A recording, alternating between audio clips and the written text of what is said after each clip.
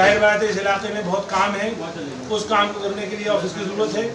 चूँकि परवेज़ आलम साहब बहुत एक्टिविस्ट भी हैं और बहुत कोशा है और बहुत ही जुझारू और कर्मठ नेता हैं, जैसा कि हमें पहले के लोगों ने बताया।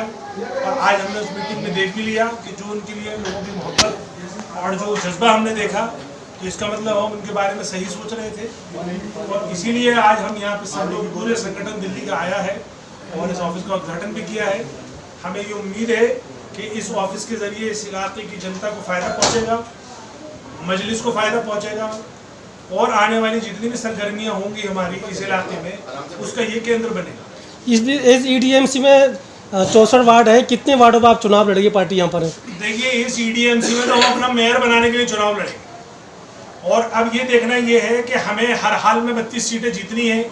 अब कितनी सीटों पे चुनाव लड़ेंगे अभी हमारा इस पर सर्वे चल रहा है, लेकिन ये हम अभी से डिक्लेयर कर देते हैं और आपके थ्रू हमारा ये पैगाम चला जाना चाहिए कि इंशाअल्लाह EDMC में मजलिस का अगला मेयर होगा। जिस तरह से EDMC में 64 वार्ड है, उसमें 11 रिजर्व सीटें हैं और 20 से 22 सीटें ऐसी है जहाँ मुस्लिम बाहुल्य है, जहाँ जीत सकते हैं, लेकिन कांग्रेस और आम आदमी पार्टी 7 से 8 टिकट देती है। क्या ऐसे जो आप चुनाव टिकट वितरण होगा उसमें क्या रुख रहेगा आपका? देखिए, हमारा रुख बड़ा साफ है। जैसे मैंने अभी अपनी तकरीर में भी कहा कि दिल्ली के 2 तबके बिल्कुल हाशिए पे हैं, उनको बीजेपी, आम आदमी पार्टी, कांग्रेस ने दोनों ने नज़रअंदाज किया है। वो हैं दलित और मुस्लिम। दलित हमसे भी ज़्यादा परेशान, क्योंकि उसकी वजह ये है कि हमें तो फिर भी 2 पार्टियों से शिकवा और 3 से शिकवा।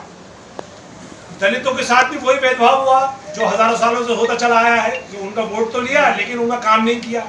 आप देखें कितने कर्मचारी हैं जो बेचारे अस्थायी हैं, आज तक उनको पक्का नहीं किया गया। दूसरा, ये जो मनवादी सोच है ये वाया मीडिया निकाल के लाती है। इसने ठेके पे लोगों को ठेकेदार के थ्रू कर्मचारी रख लिए ताकि कहीं दलितों को नौकरी न देनी पड़ जाए, सफाई कर्मचारी को नौकरी न देनी पड़ जाए। उसका असर ये हुआ कि ना तो कर्मचारियों को नौकरी मिली, दलितों को नौकरी मिली और ना दिल्ली को सफाई मिली। अगर आप पूरी दिल्ली में चले जाए, सबसे गंदी और सबसे कम काम अगर कहीं हुआ है तो EDMC में हुआ। मुसलमानों को भी तो नौकरियां नहीं मिली, उसके बारे में आपका क्या प्लान है? देखिए, मुसलमानों को तो सिर्फ ना इन्हें मुसलमानों के लिए तो ना नौकरियां दी, ना इनके जो जख्म दिए हैं उस पर भी मरहम लगाने नहीं आए। मुसलमानों को नौकरी तो बहुत बड़ी बात कह दी आपने। मुसलमानों को तो ना तालीम दी, मुसलमान बीमार हो गया तो उसके लिए ना शिक्षा चिकित्सा सुविधा दी। एक शख्स पे पूरा का पूरा उसके साथ वफा करके उसको मुख्यमंत्री बनाया और उसने हमारे साथ क्या किया मेरे ख्याल से बताने की जरूरत नहीं है। हम सबके दिल दुखे हुए हैं, लेकिन फिर भी बतौर जिक्र मैं आपको बताना चाहता हूँ, मैं खुद भी आम आदमी पार्टी का सपोर्टर था। मैंने खुद भी आम आदमी पार्टी का जब 2014 में रोड मैप बना के हिंदुस्तानी मुसलमानों के लिए क्या काम करना चाहिए तो आपके इस खातिर ने ही बना के दिया था और उसको कुरान शरीफ के साथ पेश किया था कि अरविंद केजरीवाल जब तुम मुख्यमंत्री बन जाओ तो मुसलमानों के लिए यही काम करना। लेकिन उस शख्स पे एक असर नहीं हुआ, उसने एक काम नहीं किया। उसके बाद उसे 2019 में यह एहसास हुआ कि नहीं, हमसे मुसलमान नाराज है और उसने फिर मुझसे कहा कि भी आप मेरी कम से कम इतनी हिमायत कर दीजिए कि मुसलमान हमें वोट दे सके। मैंने फिर उसको बुलाया और ये कहा कि ठीक है, मुसलमान आपको वोट देगा, लेकिन आपको एक काम करना पड़ेगा कि जो आप अपनी पीठ थपथपाते हो कि आपने दिल्ली की तालीमी सूरत हाल अच्छी की है, उसकी सच्चाई ये है कि आपने तालीम पे काम तो किया है लेकिन उन इलाकों में काम किया है जहाँ पहले से स्कूल मौजूद है। आपने उन इलाकों में बिल्कुल काम नहीं किया जहाँ पे स्कूल मौजूद ही नहीं है, या यूं कहिए गैर मंजूर शुदा जो कॉलोनियां हैं वहां आपने कोई तालीम पे काम नहीं किया, कोई नया स्कूल नहीं बनाया।